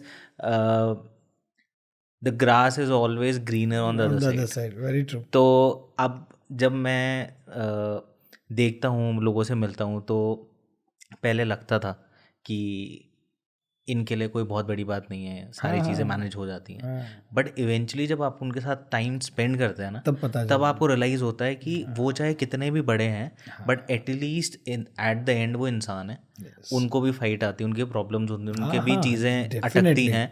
सो वो जो चीज़ होती है ना, वो नहीं लोगों को पता है। So from both of you. So आज हम we are in the month of September, हमने कन्वेंशन का तैयारी शुरू किया अगस्त में। आज हम अगस्त से तैयारी कर रहे हैं कन्वेंशन का। सो आप गिन लो हमारा कन्वेंशन है मार्च में। सो हम कितने महीने पहले हमने एक तो प्रिपरेशन शुरू की सबसे पहले। इसमें सबसे ज़्यादा इंपॉर्टेंट चीज़ होती है 3। One is registration, another part most important is sponsorship, and third most important is the content. आपको शायद से लोग मिल गए, रजिस्ट्रेशन हो गया आपका, क्योंकि बॉम्बे है तो लोग एक अलग नज़रिए से देखते हैं, बिल्कुल। शायद से रजिस्ट्रेशन मिल जाए। स्पॉन्सरशिप, क्योंकि अगेन बॉम्बे है, डेवलपर की स्ट्रेंथ बहुत बड़ी है, बिगेस्ट डेवलपर्स वही हैं सारे, ऑफ कोर्स। और आप देखो तो बहुत सारे नेशनल प्लेयर है जो बॉम्बे में है, जो हर सिटीज़ में काम कर रहे हैं इंडिया के, बट बॉम्बे में उनका बेस बना हुआ है। सो स्पॉन्सरशिप भी शायद से मिल जाए, बट अगर कंटेंट सही नहीं होगा ना तो ये दोनों का कोई काम नहीं आएगा। क्योंकि कंटेंट सही नहीं होगा तो लोग जाते थे क्या बोल देंगे, अरे यार आए खाए पिए मज़ा करने थोड़ी है, तो कुछ लेके जाने आए थे। तो कंटेंट कोई भी एक कन्वेंशन कॉन्फ्रेंस का होना बहुत ज़रूरी है। सो हम ज़्यादा काम है ना रजिस्ट्रेशन और स्पॉन्सरशिप थोड़े कंटेंट पे आज से कर रहे हैं। जैसे उन्होंने मेंशन किया कि हमने आज रिटेलर को पिच कर दिया, वो पैनल पे आ रहे हैं, तो आज हम 7 महीने पहले रिटेलर को कन्फर्मेशन ले रहे हैं। क्यों? क्योंकि हमें चाहिए कि हम कंटेंट सबसे बेस्ट बनाए। तो आज जो लोग आ रहे कुछ ना कुछ अच्छा लेके जाए। सो कंटेंट पे हम आज काम कर रहे हैं, और आज हमारा फोकस वही है कि हम सबसे अच्छा कंटेंट बनाएं और उस लोगों को कुछ ना कुछ प्लेटर और प्लेटफॉर्म पे दे के कुछ अच्छा चीज़ लेके जाए, चाहे वो बिजनेस ले, चाहे कुछ एथिक्स ले, चाहे कुछ प्रिंसिपल्स ले, या चाहे कुछ नॉलेज लेके जाए। दूसरा सिंपल, ये आशीष ने कन्वेंशन पार्ट का बात किया, मैं ग्राउंड वर्क की बात कर रहा हूँ, जो आपका क्वेश्चन था। बिल्कुल। तो 50 जन का कमेटी आज है, 50 जनों का, ओके, कमेटी फॉर्म किया है, जिसमें अभी समझो कि इसको वर्कलोड अभी अलॉट नहीं हुआ है, अभी यहाँ से जाने के बाद समझो वो स्टार्ट होगा।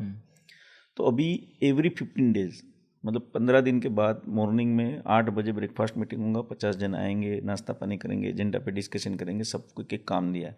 अभी सिंपल एग्जांपल दे रहा हूँ कि 850 रजिस्ट्रेशन हुए NAR से, मैं मुंबई की लोकल की बात नहीं कर रहा हूँ। तो ये 850 लोग हैं, वो समझो बाहर गांव से आने वाले, मतलब सबको स्टे चाहिए। बिल्कुल। अच्छा, कौन कितने बजे लैंड करेगा, उसका टिकट एयरपोर्ट पे वो कितने बजे उतरेगा, उसका होटल क्या ऑप्शन देना है, तो ये सारी चीज़ें होस्ट टीम को यहाँ पे कोई इवेंट कंपनी को कॉन्ट्रैक्ट नहीं होता है, यहाँ पे सब सोशल काम कर रहे हैं। हर बंदा अपना काम छोड़ के, मतलब आज से प्रिपरेशन चालू करेगा कि भाई ये 850 जन को कहीं रहने के लिए मेंबर बढ़ भी सकते, तो होटल के ऑप्शन देने पड़ेंगे। जो अफोर्ड कर सकता है उसको 5 स्टार, नहीं अफोर्ड कर सकता है उसको 3 स्टार, और किसी को समझो सर्विस अपार्टमेंट भी दिखाना पड़ेगा, तो वो भी ऑप्शन हमको रखना पड़ेगा। अच्छा, उसके लिए भी आदमी आया तो उसको स्मूथली चेक इन होगा, उसके लिए भी टीम डेडिकेटेडली रखनी पड़ेगी। जब कन्वेंशन स्टार्ट हो रहा है, ब्रेकफास्ट के लिए लोग समझो 1000 लोग आ गए, या समझो 2500 रजिस्ट्रेशन की हम बात कर रहे हैं, तो समझो उसको नाश्ता कराया, टाइम पे वापस बैंक्वेट के अंदर लेके आए, फिर हमारा जो पैनल और ये हो रहा है, और लंच टाइम में आधे से पौने घंटा मैक्सिमम टाइम होता है जिसमें 2500 लोगों को खाना खिलाना है। तो ये कोई मैनेजमेंट कंपनी नहीं, ये अपने जो लोकल बंदे हैं या जो अपने भाई है, ब्रदर है, जो एसोसिएशन को बिलोंग्स करते हैं, ये सारे सर्विस करेंगे। बिल्कुल। जो अपना समझ के कि भाई मेरे घर पे शादी है और मेरे को सबको बारातियों को अटेंड करना है, तो ये प्रेशर भी जो होता है ना, मतलब समझो एक छोटा कॉन्फ्रेंस भी होता है ना, तो रात रात जाग के सुबह वापस हम इवेंट के टाइम पे पहुंच जाते हैं। तो इतना मेहनत लोग करते हैं, तो मतलब वो आप उसको बयान नहीं कर सकते हम So ये कितना स्ट्रेस होता है। हाँ, ये जो मेंबर जो हमारे ये टीम में जुड़े होते हैं, ये कोई ये सोच के नहीं जुड़े होते कि मेरे को इससे कुछ 2 पैसा कमा लेना है। उनका एक ही फोकस होता है कि आज लोग आ रहे हैं तो हमारे रेस्टोरेंट का नाम हो रहा है, बिल्कुल हो रहा है। आज लोग आ रहे हैं मुंबई में तो हीरा ग्रुप का कन्वेंशन है, वो सोच के आ रहे हैं। तो हमें चाहिए कि हम सबसे बेस्ट सर्विस उनको प्रोवाइड करें, कोई भी टर्म्स में हो, पर सबसे बेस्ट चीज़ दे। तो जो मेंबर भी मेहनत करता है ना, दिल से मेहनत करता है। जैसे उन्होंने बोला आज 50 जन का आज कमेटी है, जब कन्वेंशन नज़दीक आएगा तो जैन में ये कमेटी कैप्टन्स, हम बहुत सारे कैप्टन्स भी रखते हैं, हाँ बिल्कुल। तो वर्क फोर्स हो जाएगा हमारा 80-90 लोगों का। फिर वीक में 2 मीटिंग, फिर वीक में 2 मीटिंग होगी। सो आज इसके पीछे जो टाइम देना होता है ना, बहुत ज़्यादा है। हाँ, जैसे आप grass green on the other side, तो लोगों को लगता है क्या बॉम्बे सब कुछ फ़ोन कॉल पे हो जाता है। नहीं, ऐसा कुछ नहीं है। हमें भी धक्के खाने पड़ते हैं स्पॉन्सरशिप के लिए, हमें भी धक्के खानी पड़ती है नेगोशिएट करने के लिए कन्वेंशन हॉल के साथ, हमें भी धक्के खाने पड़ते हैं होटल से नेगोशिएट करके उनसे सस्ते में रूम लेने के लिए, हमें भी धक्के खाने पड़ते हैं ट्रैवल अरेंजमेंट करने के लिए। 800 लोगों का ट्रैवल अरेंजमेंट करना कोई छोटी बात नहीं है। बिल्कुल।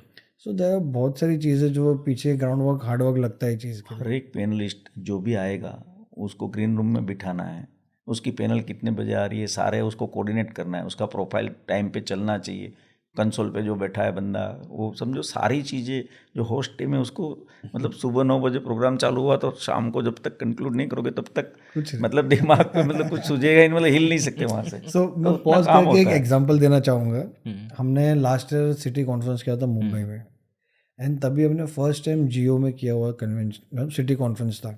अच्छा। और जब हमने ये किया लास्ट टू लास्ट ईयर, तभी मतलब तब तक कोई डेवलपर, कोई रियल एस्टेट एसोसिएशन या कोई डेवलपर एसोसिएशन ने जियो में कोई कन्वेंशन कोई कॉन्फ्रेंस नहीं किया था। We were the first one to host a conference and convention city conference in Jio. Wow sir. So हमारा पहला था जियो, सबको अंदर से धक धक हो रहा था कि जियो में कर रहे पहली बार।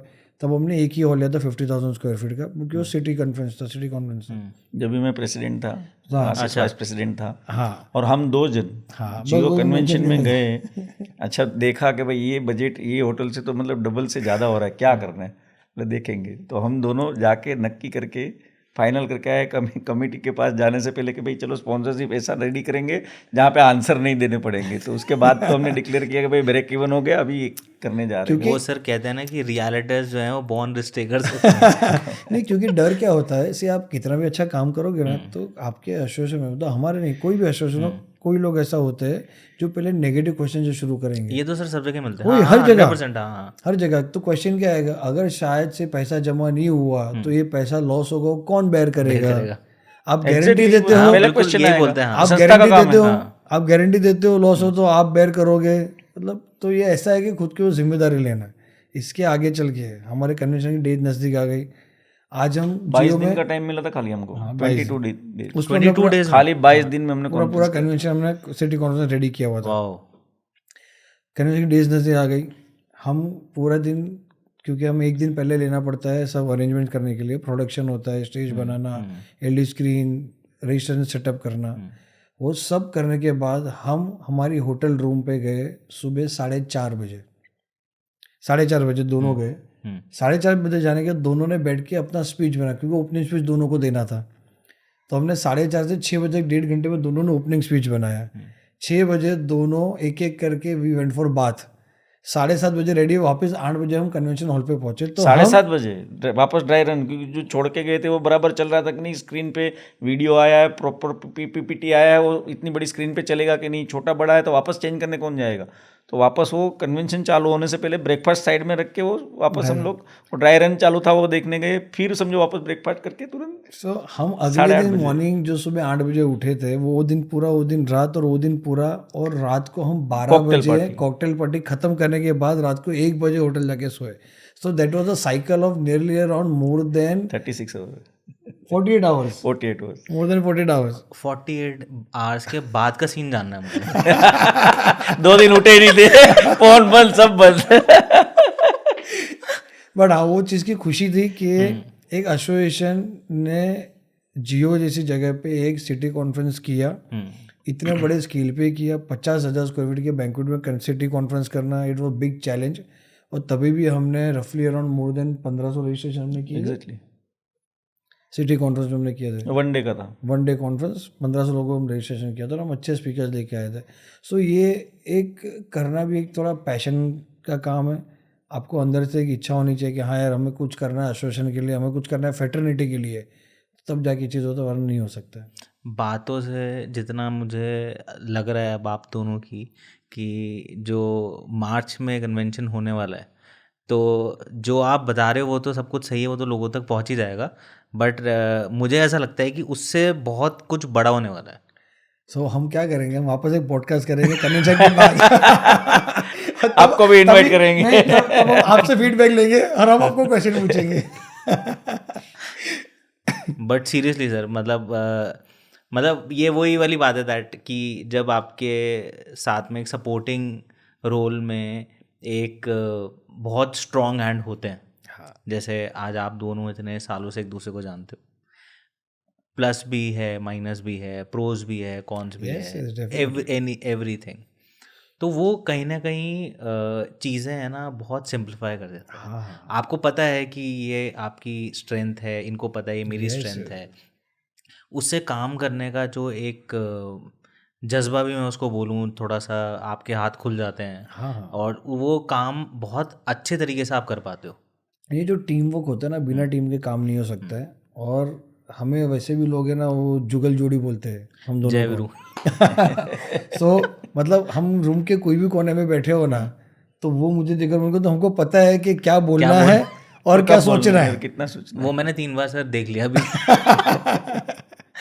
कि सर बोल रहे थे तो आप देख रहे थे, फिर जैसे ही वो रुके आपने वहीं से कंटिन्यू करा जहाँ से नेक्स्ट टॉपिक होना। तो हमारा एक कंफर्ट लेवल अलग बन चुका है, जिसके कारण ही हम कोई भी चीज़ हाथ में लेते तो इजीली उसको सेल थ्रू कर सकते हैं। जब NAR इंडिया कन्वेंशन कराता है कोई भी, तो रियल स्टेट प्रोफेशनल्स के लिए from all over India, all over the globe, why it is so important that they should try and come and attend these conventions, उनके लिए क्यों ये इम्पोर्टेंट है?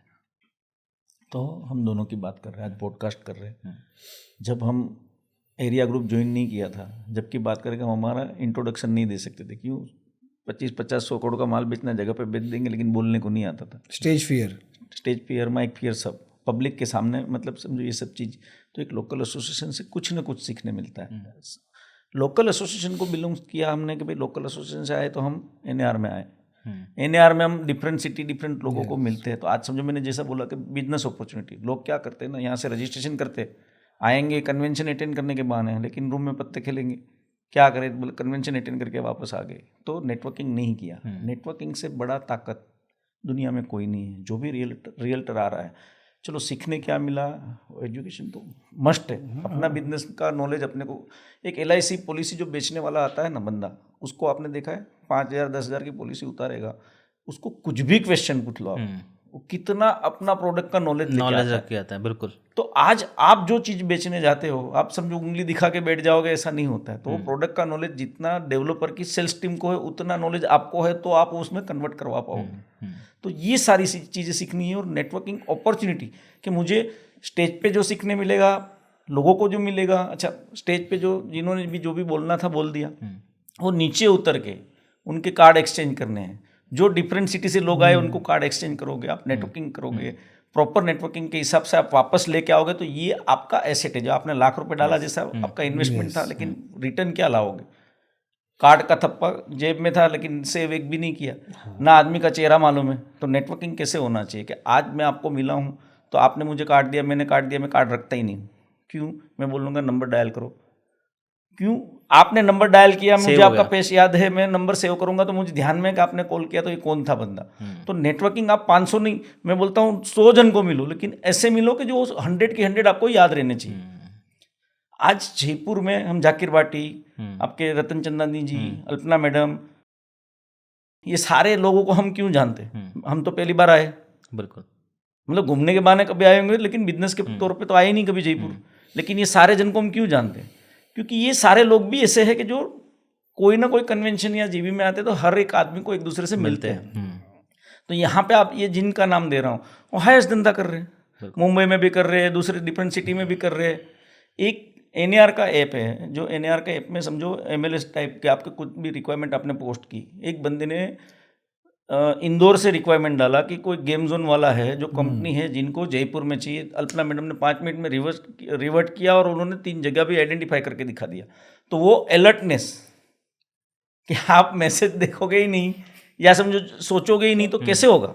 तो ये सारी चीज़ें कि आप नेटवर्किंग के साथ साथ मतलब आपको सीखना क्या, आपका बिजनेस का प्रोडक्ट का आपको नॉलेज होना चाहिए जिसको आप बेचने जाते हो। जो लोगों को आप मिलते हो वहाँ पे, उससे हर एक आदमी को प्रेम से कि भाई आज मैं हमारे मुंबई का भी एग्जांपल देता हूँ। काफ़ी लोग बोलते हैं कि हमको NAR में नहीं आना है। क्यों नहीं आना है? बोले मेरे को बोरीवली के बाहर जाना ही नहीं है। वो बोलते हैं मेरे को अंधेरी के बाद जाना ही नहीं है। तो हम उसको समझाते कि आपको नहीं जाना है, लेकिन जयपुर वाला कोई बोरीवली में रिक्वायरमेंट लाके बोलेगा कि भाई बोरीवली में प्लेट इसको चाहिए, तुम प्रॉपर मिले होंगे तो तुमको बोरीवली धंधा करना है, लेकिन बोरीवली में भी लीड तो मिलेगी। तुम्हें तो एक्सेस ये मिलेगा। बहुत इंपॉर्टेंट पॉइंट बोला आपने। हाँ बिल्कुल, तुम्हें तो ये access करते हैं बहुत मिलेगा। सारे लोग। Exactly। तो ये नेटवर्किंग है ना। मैं पहली बार समझो 2017 में चेतन चोपड़ा जो जलंधर से है, जो आज हमारे वाइस प्रेसिडेंट है NAR के, मुंबई कन्वेंशन जब हम होस्ट कर रहे थे एरिया ग्रुप, जब भी 2017 में, तो हम कहाँ मिले थे? स्मोकिंग जोन में। बाहर सिगरेट पी रहा था, वो भी आए। कहाँ से? मतलब मुंबई से। तो एरिया ग्रुप में हाँ, तो बोला आप लुधियाना, जलंधर, ये सब डिस्कशन हो रहा था। आप क्या काम करते हो? मतलब मेनली कॉमर्शियल और ये रिटेल लीजिंग का काम करते हैं। तो उसने बोला कि मेरा एक क्लाइंट है, उसको यहाँ पे ऐसा 1000 फुट का ऑफिस चाहिए, मिल जाएगा क्या? मतलब मिल जाएगा। नंबर एक्सचेंज किया। सेम डे वो आदमी ने रिक्वायरमेंट के साथ, समझो मेरे बंदे को मैंने नंबर दिया, नेक्स्ट डे, क्योंकि मुंबई में ही था आदमी, इसको तो जलंधर से धंधा करना ही नहीं था, लेकिन उसको ध्यान में था कि पूछ रहा था कि मेरे को 1000 फुट का ऑफिस चाहिए। तो आप फोकस, अच्छा सिगरेट पीने तो आप धंधा नहीं कर रहे थे ना, लेकिन आपने नेटवर्किंग प्रॉपर किया। तो दूसरे दिन वो क्लाइंट आया और मैंने वो डील भी कंप्लीट किया। तो बोलने का मतलब पर्पस के बिजनेस आप फोकस करोगे तो हर जगह पे मिलेगा। नहीं तो आप कन्वेंशन हॉल में से भी क्या लेके आओगे? स्मोकिंग जोन से भी आप धंधा कर सकते हो। तो प्रॉपर फोकस आपका वो होना चाहिए कि मेरे को ये फोकस से जाना है और ये मेरे को सीख के आना है। रियल एस्टेट की एक बहुत फेमस कोट है मेरा, जो मैं हमेशा बोलता हूँ, that your network is your net worth. Yes, 100% very true. जो अभी सर कंटिन्यूस बोल रहे थे ना, वो मैंने कहा मैं एक, हाँ। So that is very true. And जितना पैसा रियल एस्टेट में बन सकता है थ्रू योर नेटवर्क, वो कहीं बन ही नहीं सकता, कहीं नहीं बन सकता। इसके ऊपर भी मैं आपको एग्जांपल देना चाहूँगा।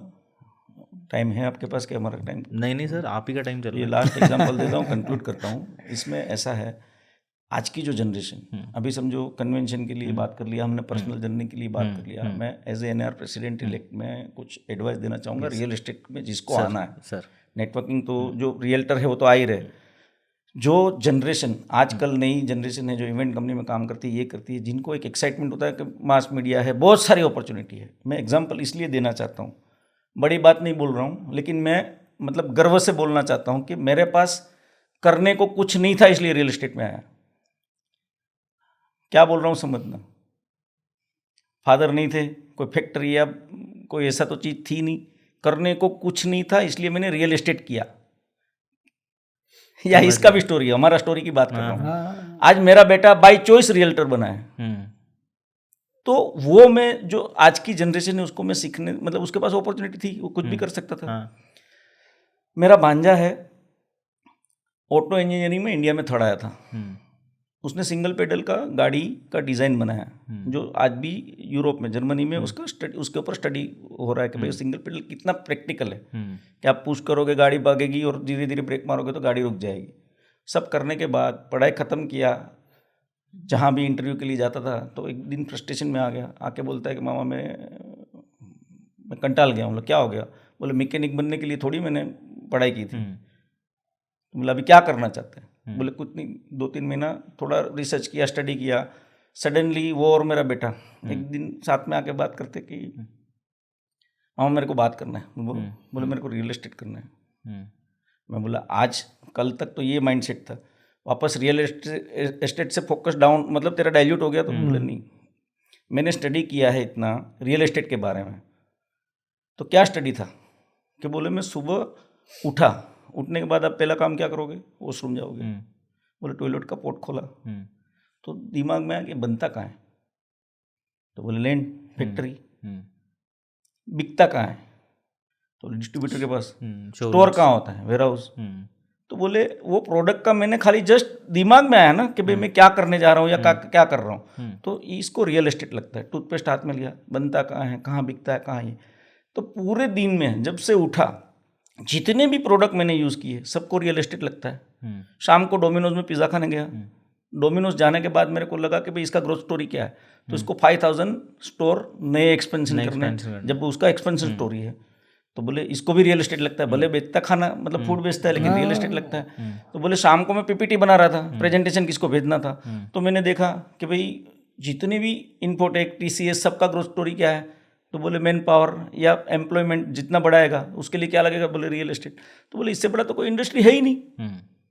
ये फैक्ट बात है। तो आप सिंपल, मेरा जो एडवाइस लोगों को है कि आप फोकस क्या करते हो, मतलब सोने तक, उठने के बाद सोने तक जितने भी प्रोडक्ट आप यूज करते हो सबको रियल एस्टेट लगता है।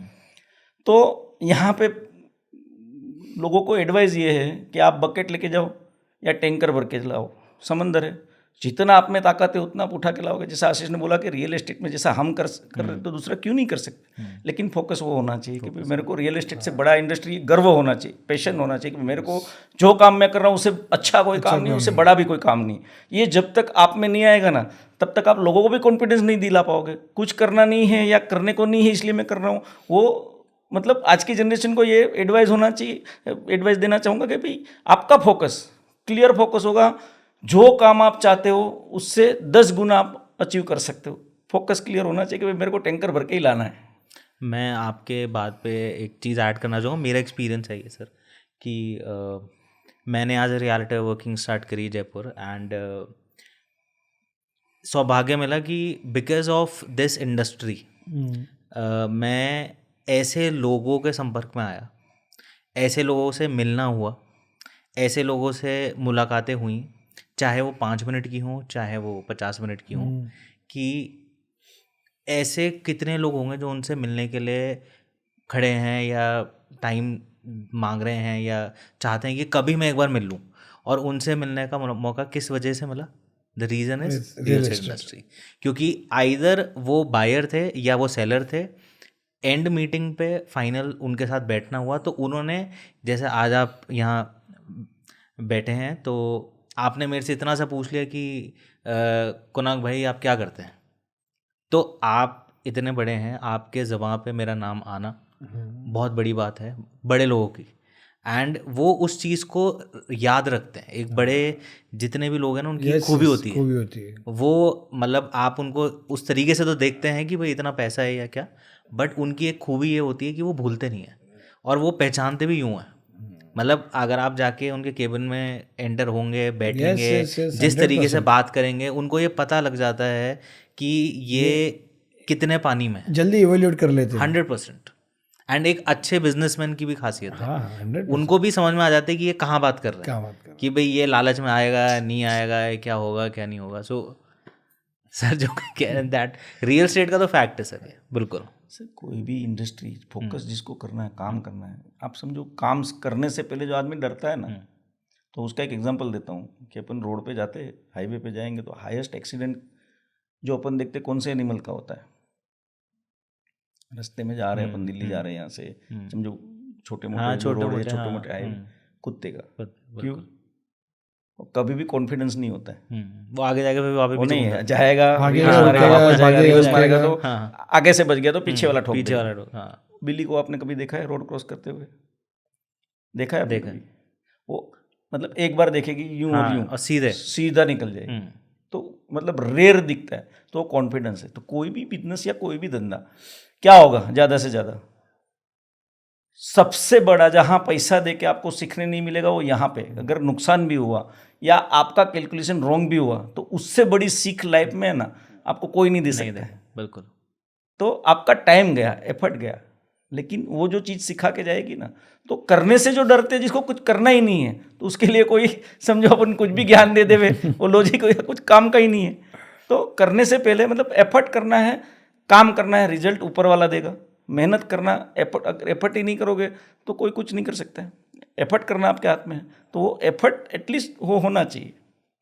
guys, thank you so much for watching this episode and ये एक बहुत unfiltered and heart touching episode रहा है अब तक का NAR इंडिया के साथ में हमारा इस सीरीज़ में, बिकॉज जो कॉन्वर्सेशंस हुई वो बहुत बेसिक, रॉ, अनफिल्टर्ड और ग्राउंडेड वाली हुई है, जिसमें बहुत कुछ सीखने को मिला, लाइफ लेसन्स, रियल स्टेट, किस तरीके से इंडस्ट्री चलती है, चंद्रेश सर के बारे में बहुत चीज़ें जो सुनी थी आज उनके ज़ुबानी हम तक पहुंची है और आप लोग तक पहुंच रही है। एंड आशीष सर के बारे में जो सुना था, प्लस जिस तरीके से ये लोग काम कर रहे हैं, जिस तरीके से ये जय और वीरू की जो जोड़ी है हमारी वो लगी हुई है। And I wish and I really hope that जो कन्वेंशन मार्च 2026 में होने वाला है NAR इंडिया का, वो अब तक का बिगेस्ट कन्वेंशन हो and it should create history sir, and we all are with you. फिर उसके बाद में जैसा आशीष सर प्रॉमिस कर चुके हैं, एक पॉडकास्ट वापस होगा, तभी हम आपसे सवाल करेंगे। Thank you so much for this podcast, we really enjoyed it. I mean जैसे आपने बोला, वाकई में एक अनफिल्टर्ड था, मतलब एकदम रॉ, जो दिल में था हम दोनों बोलते गए, कुछ सोच के नहीं आए थे, ना कोई हमने कोई प्रिपरेशन की थी, ना आपने की थी, ना दैट्स व्हाट, बिकॉज़ वो नेचुरली आना चाहिए। तो एक अनफिल्टर्ड था, एक बेसिक सा रॉ सा था, जो दिल में था, जो मन में था, सब बयान किया, और वही पॉडकास्ट दोनों ने कंटिन्यू किए। और दिल से थैंक यू कहना चाहेंगे कि आपको एक मतलब बहुत अच्छे लेवल से हमको भी पहचानने को मौका मिला और एक प्लेटफॉर्म भी, तो नहीं सर, थैंक यू करना। और हम भी दिल से चाहते हैं कि आप भी ये माध्यम से बहुत आगे बढ़ो, बस अब आप चाहते हैं कि आप आओ कन्वेंशन, आप भी अटेंड करो और देखो कि हम लोग क्या प्लान कर रहे हैं और कैसे प्लान कर रहे हैं। बिल्कुल सर, हमारे लिए कोई काम हो तो बिल्कुल बताइएगा। Thank you so much for everything. Thank you so much. Thank you.